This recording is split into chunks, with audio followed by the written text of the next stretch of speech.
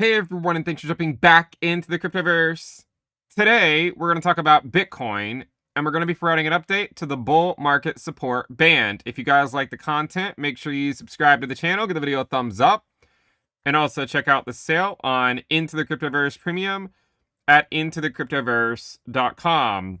Let's go ahead and jump in. So this week, or really I should say this month, ended up being a very similar month to what we saw in 2020. In fact, I don't know if any of you guys remember, but a lot of what we talked about at the beginning of the month was sort of the different outcomes that we could see, right? And we one of the main ones we discussed was how similar this year has played out to the capitulation we had in 2020. Now, I want to be clear, like, while hopefully we can get another rally by Bitcoin in Q4, I wouldn't necessarily expect something as explosive as what we got in late 2020 and early 2021.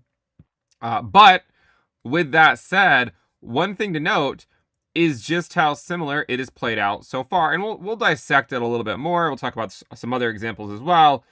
Obviously comparing a post-halving year with a halving year, it is maybe not the best way to approach things. But in other ways, if back in 2024, we compared it a lot to 2019. And one of the reasons for that was because in 2024, we saw gold breakout. When gold broke out, it led to this six to 7 month consolidation phase, just like we had with Bitcoin. And then, of course, we ended up getting a capitulation low in Q1 of the following year. You could argue that, this rally here was similar to, this rally here, right? Very similar things. The only difference is that in this cycle, it led to a new all-time high, and in this cycle, it did not. So it's not like it's completely far-fetched to make the comparison, but what's interesting is just how similar they have been. You have your capitulation low, you go basically straight up, recover to where you were before the capitulation, and then you go sideways, and then before tagging the 21-week EMA, you go up, sideways, local top in August, and then down into September, okay? And then once you get into September, you have 2 weeks up and 2 weeks down. All right, now, what you'll notice is that this year is almost a carbon copy, right? You go up, and then you get that slight bleed, but then you rally before Bitcoin hits the bull market support band. You put your local high in August, you go down to the bull market support band, you go up for 2 weeks, you go down for 2 weeks. So it's almost, right? It's almost the same thing, right? It's almost the exact same thing when you view it through the lens of that. The main thing you have to be aware of is that this bleed here by Bitcoin, right? That bleed there, let's make it a different color so it stands out a little bit more. That bleed is similar to the 2024 bleed.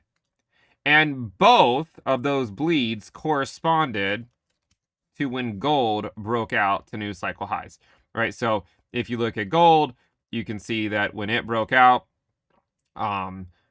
really when it broke out into, when it broke out into this move right here, it was really this breakout down here. That's when it sort of led to a brief bleed by Bitcoin back in 2019.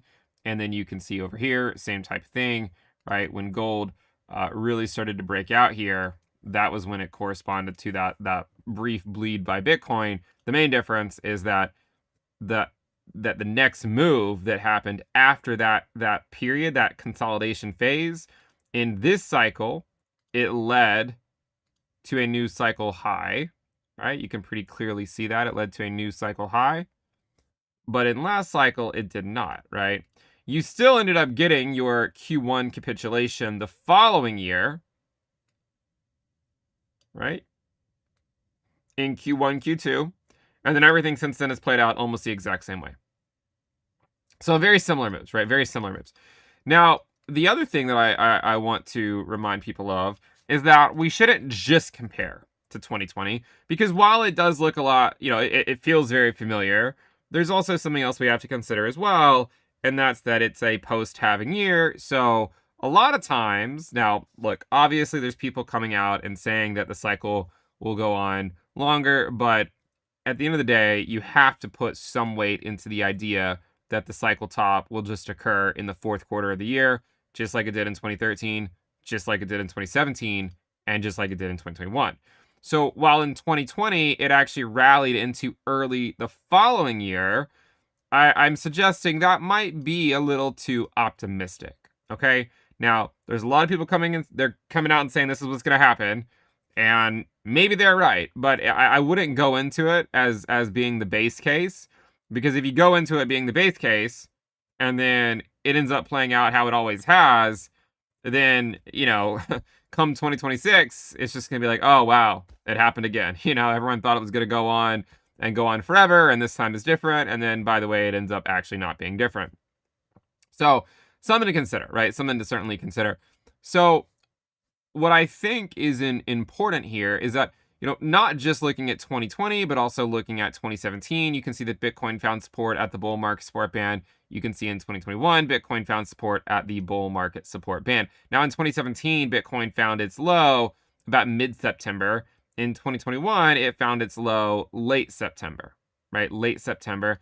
And if you zoom into it, you'll see that there was a low late September. And then the following week, the week of September 27, or sorry, yeah, the week of September 27th, it was a green week, but it did wick down again, right? So it wicked down one more time to that 20-week moving average, and so you ended up testing that 20-week SMA, right? You went below it 1 week, and the next week you wicked down to it again, and then it led into the rally into the market cycle top. So what we've seen now is we've seen Bitcoin tag the 20-week SMA in late August and early September. It got the 2-week rally. It got the 2-week dump. Now, to go back to 2020, the one thing I will point out, and I know a lot of people are saying, well, is this it? Is this the rally? Well, hopefully it is, right? Hopefully it is. The one thing to keep in mind is if we go through the next week and Bitcoin still doesn't catch a bid, like for whatever reason, right? For whatever reason, whether it's fear of the unemployment rate stuff coming out, whether it's government shutdown, who knows what the narrative could be. But I want to draw your attention that there's a slight difference actually between 2020 and 2025, at least locally, not macro, like in terms of the overall move we've seen, but locally, the difference is that the 2-week rally and the 2-week dump, it ended the week of September 28th, right? So September 28th, Bitcoin still didn't go anywhere that week. And the problem is that that's the week we just started today, is September 28th. So I know a lot of people are hoping that Bitcoin just lifts off this week, but considering it's only, we're still, this week is going to be sort of half of September, or the first half of the week is still going to be September.